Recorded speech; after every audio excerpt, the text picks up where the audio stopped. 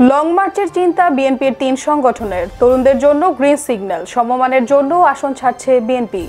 বাংলাদেশ নিয়ে ভুয়া খবর ছড়াচ্ছে ভারতের মিডিয়া। সিন্ডিকেটের কারসাজিতে হাওয়া সয়াবিন বোতল।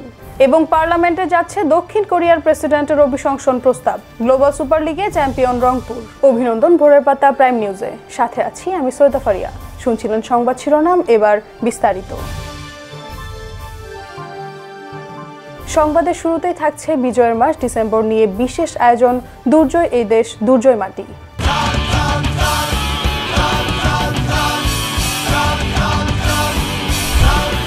মুক্তিযুদ্ধের ইতিহাসে ৭ ডিসেম্বর গুরুত্বপূর্ণ ও ঘটনাবহুল একটি দিন। এদিন প্রবাসী বাংলাদেশ সরকারের ভারপ্রাপ্ত রাষ্ট্রপতি সৈয়দ নজরুল ইসলাম বেতার ভাষণে বলেন, ঢাকা হানাদার মুক্ত হতে আর সময়ের প্রয়োজন হবে না। খুব শিগগিরই ঢাকা মুক্তিবাহিনীর দখলে আসবে। বাংলাদেশ এখন দিবালোকের মতোই সত্য। বিস্তারিত থাকছে মামুনুর রহমানের প্রতিবেদনে।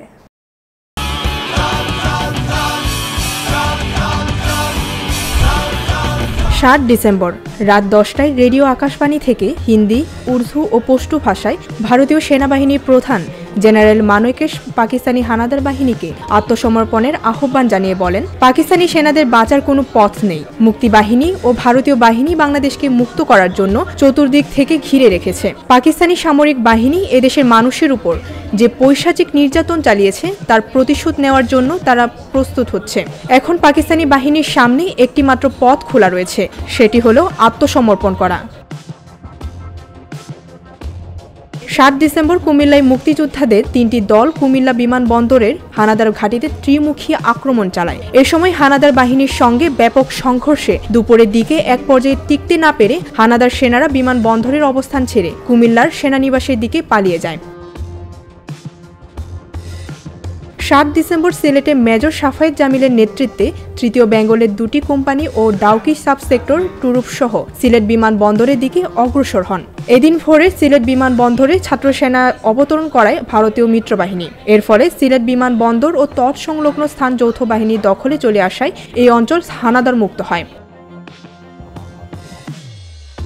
মুক্তিবাহিনী ও মিত্রবাহিনীর যুদ্ধ ও আক্রমণের এতটাই তীব্রতা পায় যে মুক্তিবাহিনীর আগমনের খবর শুনে পাকিস্তানি হানাদার বাহিনী মুক্তিবাহিনীর চলাচল বন্ধ করার জন্য আগের দিন সন্ধ্যায় মাথাভাঙা নদীর উপরের ব্রিজ বোমা মেরে উড়িয়ে দিলেও অপরাজেয় মুক্তিবাহিনী চুয়াডাঙ্গায় এসে পৌঁছালে পাকিস্তানি হানাদার বাহিনী চুয়াডাঙ্গা শহর ও আলমডাঙ্গা থেকে পালিয়ে কুষ্টিয়ার দিকে চলে যায়। অপরদিকে ৭ December sector commander major M A Jalil ও sub sector commander major Ziauddin আহমেদের নেতৃত্বে ৯ নভেম্বর সেক্টরের মুক্তিযোদ্ধারা মংলা ও সুন্দরবনের বিশাল এলাকা হানাদার মুক্ত করে। ৭ ডিসেম্বর ময়মনসিংহে আফসার বাহিনীর বড় একটি দল ৩ ভাগে বিভক্ত হয়ে ভালুকা থানার উপর ত্রিমুখী আক্রমণ গড়ে তোলে।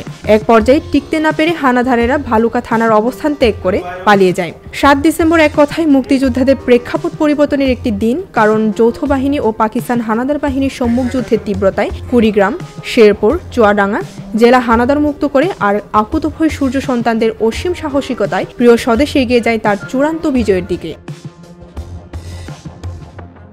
ডেস্ক রিপোর্ট, ভোরের পাতা। ভারতের আগরতলায় বাংলাদেশের সহকারী হাইকমিশনে হামলা ও পতাকা অবমাননার প্রতিবাদে লং মার্চ করার নীতিগত সিদ্ধান্ত নিয়েছে বিএনপির ৩ অঙ্গ সহযোগী সংগঠন।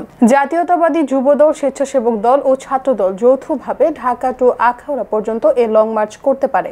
এ লক্ষ্যে আজ রাজধানীর নয়াপল্টনের কেন্দ্রীয় কার্যালয়ে ৩ সংগঠনের বৈঠকে রয়েছে। সেখানে লং মার্চের তারিখ নির্ধারণ করা হতে পারে। সংশ্লিষ্ট সূত্রে এই তথ্য জানা গেছে। গত ৫ আগস্টের পর থেকেই বাংলাদেশের বিরুদ্ধে একের পর এক খবর প্রচার করে যাচ্ছে ভারতীয় গণমাধ্যম। এর মধ্যে বেশি সংখ্যক খবরই ভুয়া বলে জানিয়েছে ফ্যাক্ট চেক বা তথ্য যাচাই সংস্থা রিউমার স্ক্যানার। সংস্থাটি বলেছে, চিন্ময় কৃষ্ণ দাসের গ্রেফতারের পর ঘটে যাওয়া বেশ কিছু ঘটনার কারণে দুই দেশের মধ্যে উত্তেজনা ছড়িয়ে পড়েছে, যা দিন যাচ্ছে আরও বাড়ছে। ভারতীয় সীমান্তে ছড়িয়ে পড়া এসব উত্তেজনায় ঘি ঢালছে ভারতীয় গণমাধ্যম। রিউমার স্ক্যানার টিমের অনুসন্ধানে জানা গেছে, গত ১২ আগস্ট থেকে ৫ ডিসেম্বর পর্যন্ত ভারতীয় গণমাধ্যমে প্রচারিত অন্তত ১৩টি ভুয়া খবর পাওয়া গেছে। এমন ভুয়া খবর প্রচারের তালিকায় ভারতের অন্তত ৪৯টি গণমাধ্যমের নাম উঠে এসেছে। সিন্ডিকেটের কারসাজিতে হাওয়া সয়াবিন বোতল। বিভিন্ন ব্র্যান্ডের ১ থেকে ২ লিটারের বোতলজাত সয়াবিন তেল বাজার থেকে রীতিমতো উধাও হয়ে গেছে। ক্রেতারা যে ২-১টি বোতল পাচ্ছেন তারও দাম রাখা হচ্ছে বেশি।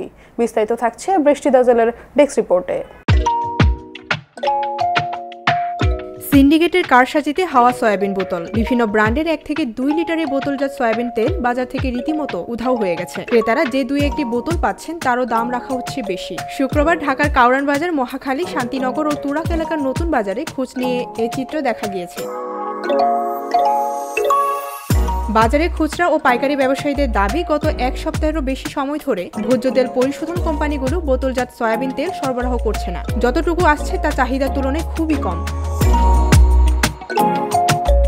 রমজানকে সামনে রেখে কোম্পানিগুলো এখন থেকেই বাজারে সরবরাহ কমিয়ে বোতলজাত সয়াবিন তেলের কৃত্রিম সংকট তৈরি করে দাম বাড়ানোর পায়তারা করছে বলে ধারণা করা হচ্ছে। এদিকে দেশের বাজারে ভোজ্য তেলের দাম নিয়ন্ত্রণে রাখতে 2 দফায় আমদানি শুল্ক কর কমালেও এর কোনো ইতিবাচক প্রভাব পড়েনি বাজারে। শুল্ক কর কমানোর ফলে ভোজ্য তেলের আমদানি বাড়ার কথা, উল্টো আমদানি আরও কমেছে। আমদানিকারকদের দাবি, বর্তমানে বিশ্ববাজারে ভোজ্য তেলের দাম বাড়তি। এই অবস্থায় তারা ভোজ্য তেলের দর সমন্বয়ের দাবি জানিয়েছেন। এ নিয়ে ভোক্তা অধিকার কাজ করা ক্যাবের কর্মকর্তারা জানিয়েছেন, বর্তমানে বাজারে যে তেল বিক্রি হচ্ছে তাতে আগেই আমদানি করা। সেক্ষেত্রে ভোক্তাদের জিম্মি করে ভোজ্য তেলের দাম বাড়ানোর পায়তারা করা হচ্ছে বলে তারা অভিযোগ করেন। ডেস্ক রিপোর্ট, ভোরের পাতা। দেশের বিভিন্ন অঞ্চলে শেষ রাতে হালকা থেকে মাঝারি ধরনের কুয়াশা পড়তে পারে বলে পূর্বাভাস দিয়েছে আবহাওয়া অধিদপ্তর। একই সঙ্গে সারা দেশে রাতের তাপমাত্রা 1 থেকে 2 ডিগ্রি সেলসিয়াস কমতে পারে। বিস্তারিত থাকছে ডেস্ক রিপোর্টে।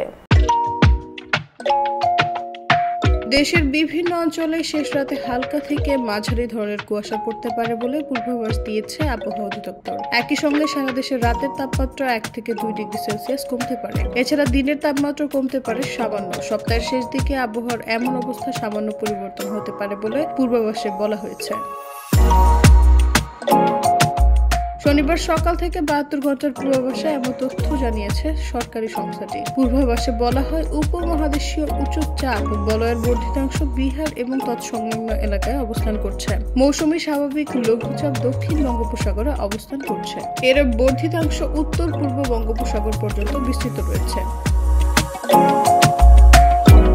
এতে আরো বলা হয়েছে, আগামী 3 দিন অস্থায়ীভাবে আংশিক মেঘলা আকাশ সহ সারা দেশের আবহাওয়া শুষ্ক থাকতে পারে। তবে রাতের তাপমাত্রা 1 থেকে 2 ডিগ্রি সেলসিয়াস কমতে পারে এবং দিনের তাপমাত্রাও সামান্য কমতে পারে।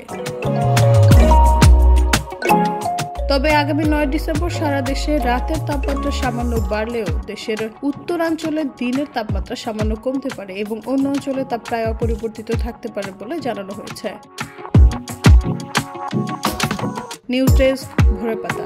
এবার আন্তর্জাতিক সংবাদ।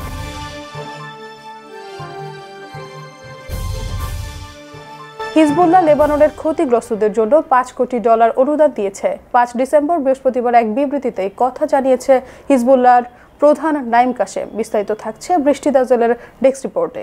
হিজবুল্লাহ লেবাননের ক্ষতিগ্রস্তদের জন্য $5 কোটি অনুদান দিয়েছে। 5 ডিসেম্বর বৃহস্পতিবার এক বিবৃতিতে এই কথা জানিয়েছেন হিজবুল্লাহর প্রধান নাইম কাশেম। চলমান যুদ্ধবিরতি উপেক্ষা করেই একের পর এক লেবাননের দক্ষিণাঞ্চল হামলা চালিয়ে যাচ্ছে ইসরায়েলি বাহিনী। সেখানকার মানুষরা দাবি করছে, সেখানে হিজবুল্লাহ লঞ্চ প্যাড টার্গেট করে হামলা চালানো হচ্ছে। এতে সাধারণ মানুষের ভোগান্তি আগের তুলনায় আরও বেড়েছে। দক্ষিণ লেবানন ছাড়াও দেশটির আইরাতুন নামের একটি গ্রামের বেশ কিছু লোক আহত হয়েছে। এছাড়া সম্মুখ যুদ্ধ হিজবুল্লাহর ঘনিষ্ঠ ফিলিস্তিনের ইসলামিক জিহাদের কয়েকজন সদস্য নিহত হয়েছে বলে জানা গেছে। তবে তারা কবে নিহত হয়েছে সেই সম্পর্কে হিজবুল্লাহ কিছু জানায়নি। শুরু থেকেই ফিলিস্তিনের ইসলামিক জিহাদের সদস্যরা হিজবুল্লাহর সঙ্গে একাত্মতা ঘোষণা করে ইসরায়েলি বাহিনী তাদের বিরুদ্ধে যুদ্ধ চালিয়ে যাচ্ছে। বিশ্বব্যাংকের তথ্য অনুযায়ী সংঘাতের সময় লেবাননে প্রায় 1 লাখ বাড়িঘর আংশিক বা সম্পূর্ণভাবে ক্ষতিগ্রস্ত হয়েছে। এতে প্রায় $3.2 বিলিয়ন ক্ষয়ক্ষতি হয়েছে বলে উল্লেখ করেছে বিশ্বব্যাংক। ডেস্ক রিপোর্ট, ভোরের পাতা। দক্ষিণ কোরিয়ার প্রেসিডেন্ট ইয়ন সুং ইয়োলকে ক্ষমতা থেকে সরে দাঁড়ানোর আহ্বান জানিয়েছেন তার নিজ দলেরই শীর্ষ নেতারা।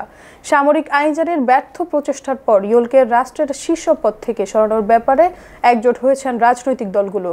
এমনকি প্রেসিডেন্টের অভিশংসন প্রস্তাব উঠতে যাচ্ছে পার্লামেন্টে। বিস্তারিত থাকছে ডেস্ক রিপোর্টে। এবার বিনোদনের সংবাদ।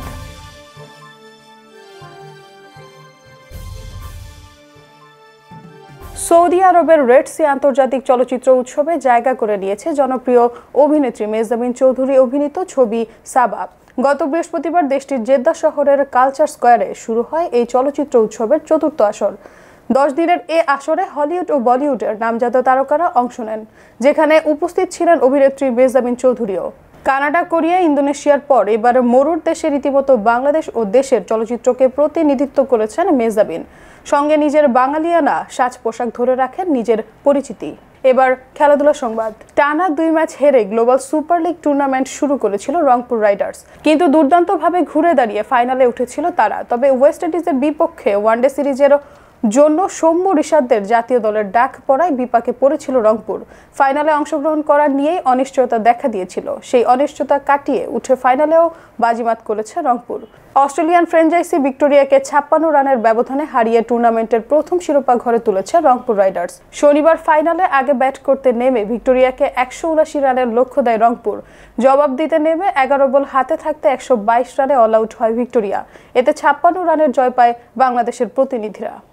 সংবাদ শেষ করার আগে শিরোনামগুলো জানিয়ে দিচ্ছি আরও একবার। লং মার্চের চিন্তা বিএনপির 3 সংগঠনের। তরুণদের জন্য গ্রিন সিগন্যাল, সমমানের জন্য আসন ছাড়ছে বিএনপি।